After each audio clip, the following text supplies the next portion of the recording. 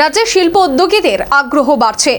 এমনকি ত্রিপুরা এখন শিল্প বান্ধব বলেও জানালেন মুখ্যমন্ত্রী মানিক সাহা। বৃহস্পতিবার মুখ্যমন্ত্রীর হাত ধরে 36তম ত্রিপুরা শিল্প এবং বাণিজ্য মেলা 2026-এর উদ্বোধন। আগরতলা হাপানিয়া স্থিত আন্তর্জাতিক মেলা প্রাঙ্গণে বৃহস্পতিবার থেকে শুরু হলো 36তম ত্রিপুরা শিল্প এবং বাণিজ্য মেলা 2026। রাজ্যের শিল্প এবং বাণিজ্য দপ্তরের উদ্যোগে এবং ত্রিপুরা ইন্ডাস্ট্রিয়াল ডেভেলপমেন্ট কর্পোরেশন তথা টিআইডিসির সহযোগিতায় এই মেলার আয়োজন।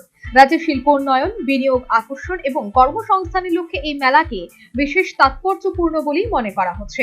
মেলার আনুষ্ঠানিক উদ্বোধন করেন মুখ্যমন্ত্রী মানিক সাহা। অনুষ্ঠানে উপস্থিত ছিলেন রাজ্য বিধানসভার উপাধ্যক্ষ রামপ্রসাদ পাল, শিল্প এবং বাণিজ্য দপ্তরের মন্ত্রী শান্তনা চাকমা, জনজাতি কল্যাণ দপ্তরের মন্ত্রী বিকাশ দেববর্মা, বিধায়িকা মীরা রানী সরকার সহ একাধিক বিশিষ্ট ব্যক্তিবর্গ। উদ্বোধনী ভাষণে মুখ্যমন্ত্রী মানিক সাহা বলেন, ত্রিপুরা এখন শিল্প বান্ধব রাজ্যে পরিণত। রাজ্যে শান্তি শৃঙ্খলা রয়েছে বলেই এই পরিস্থিতি তৈরি হয়েছে। সরকারের নীতি সংস্কার, একাধিক ছাড় এবং পরিকাঠামো উন্নয়নের ফলে বিনিয়োগকারীদের আগ্রহ বেড়েছে। শিল্পের বিকাশের মাধ্যমে রাজ্যে কর্মসংস্থান বৃদ্ধি করাই সরকারের মূল লক্ষ্য বলে তিনি জানান। ক্ষুদ্র এবং মাঝারি শিল্পকে অগ্রাধিকার দেওয়া হয়েছে বলেও মুখ্যমন্ত্রী উল্লেখ করেন। পাশাপাশি রাজ্যে আগর শিল্পের সফলতার সম্ভাবনার কথা বলে আশার বার্তা দিলেন মুখ্যমন্ত্রী মানিক সাহা। আগের সরকার ত্রিপুরাতে বাসবে, এটার থেকেও যে অনেক কিছু করা যায় তাদের মাথার মধ্যে এগুলো ছিলই না। আজকে আনারসকে নিয়ে আমরা বাইরে যেভাবে মার্কেটিং করছি, জিআই ট্যাগ পেয়েছি, জ্যাক ফ্রুটকে আমরা বাইরে পাঠাচ্ছি, সুগন্ধি লেবুকে আমরা বাইরে পাঠাচ্ছি, এগুলো তো আগে আমরা দেখতাম না। এবং এগুলো যে একটা ব্যবসা এবং কমার্স হিসাবে আমরা সেটাকে ট্রেড হিসাবে ব্যবহার করতে পারি, সেই ধরনের অভিজ্ঞতা আগে ছিল না আমাদের এখানে আগর থেকে।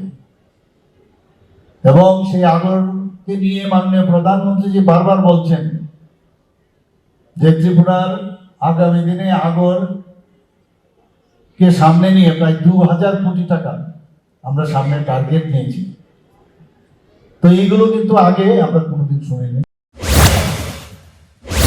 শুধু তাই নয়, বিগত বাম সরকারের গৃহীত নীতি সমূহের কারণে বর্তমান রাজ্য সরকারই শুধু নয়, রাজ্যবাসী ভোগান্তির শিকার বলেও তিনি জানিয়েছেন।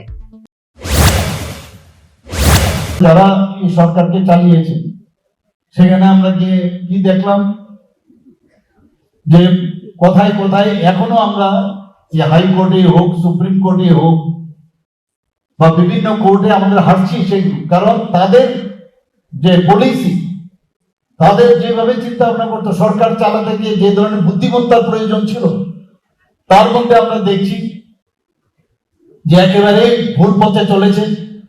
এবং এর জন্য আমরা সমস্যায় ভুগছি না, আজকে ত্রিপুরার জনসাধারণ এর জন্য ভুক্তভোগী আছে। আমরা হারছি আজকে কারণ আমাদের কাছে কোনো সে নেই, প্রপার যুক্তি আমরা দেখাতে পারছি না। আর সরকার তো সরকারই, সেটা যে সরকারই থাকুক, তো সেইগুলো আমাদের এখন মাথার মধ্যে আছে। একই সাথে রাজ্যের প্রাক্তন উপমুখ্যমন্ত্রী তথা তৎকালীন রাজ্যের অর্থমন্ত্রী জিষ্ণু দেববর্মার উদ্ধৃতি দিয়ে বিগত বামফ্রন্ট সরকার 13,000 কোটি টাকার আর্থিক ঋণ রেখে গিয়েছিল বলেও জানালেন মুখ্যমন্ত্রী মানিক সাহা। এবারের মেলায় প্রায় 580টি স্টল রয়েছে। ত্রিপুরার পাশাপাশি আসাম, মণিপুর, মিজোরাম, রাজস্থান, উত্তরপ্রদেশ, গুজরাট, পাঞ্জাব সহ দেশের বিভিন্ন রাজ্য থেকে শিল্পপতি এবং ব্যবসায়ীরা অংশ নিয়েছে। সরকারি দপ্তর, পিএসইউ, বেসরকারি সংস্থা, স্বনির্ভর গোষ্ঠী, ক্ষুদ্র মাঝারি উদ্যোক্তা, শিল্পী এবং কারুশিল্পীদের অংশগ্রহণে এই মেলা কার্যত সর্বভারতীয় রূপ পেয়েছে। মেলায় গহনা, আসবাবপত্র, বৈদ্যুতিক এবং গৃহস্থালীন সামগ্রী, কৃষি এবং উদ্যান পালনজাত পণ্য, প্রক্রিয়াজাত খাদ্য সহ নানাবিধ সামগ্রী প্রদর্শিত এবং বিক্রির জন্য মজুদ। স্বনির্ভর গোষ্ঠী এবং স্বেচ্ছাসেবী সংস্থাগুলিকে বিনামূল্যে স্টল বরাদ্দ করা হয়েছে। এবারের মেলার থিম ত্রিপুরা উত্তর পূর্ব ভারতের উদীয়মান শিল্পকেন্দ্র। এই মেলায় রাজ্যের শিল্প এবং বাণিজ্য উন্নয়নের পথে একটা গুরুত্বপূর্ণ মাইলফলক বলেই মনে করেছেন সংশ্লিষ্ট শিল্প উদ্যোগী এবং বিশেষজ্ঞ মহল। আগামী 12 ফেব্রুয়ারি পর্যন্ত 36তম ত্রিপুরা শিল্প এবং বাণিজ্য মেলা 2026 চলবে। Bureau report, news vanguard.